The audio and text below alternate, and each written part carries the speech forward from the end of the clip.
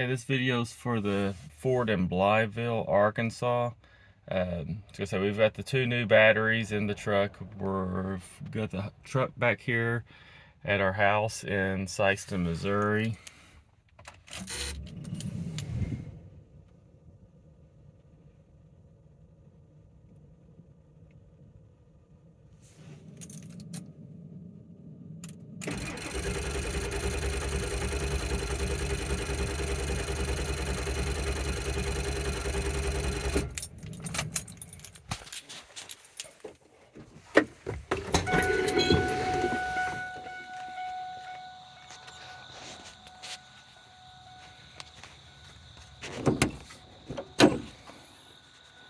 There's your new batteries.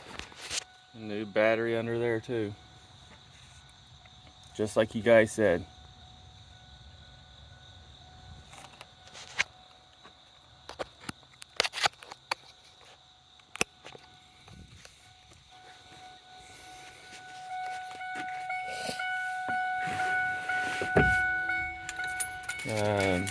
Here's a gas receipt from last night. That gives us a time. This is after the repairs have been done.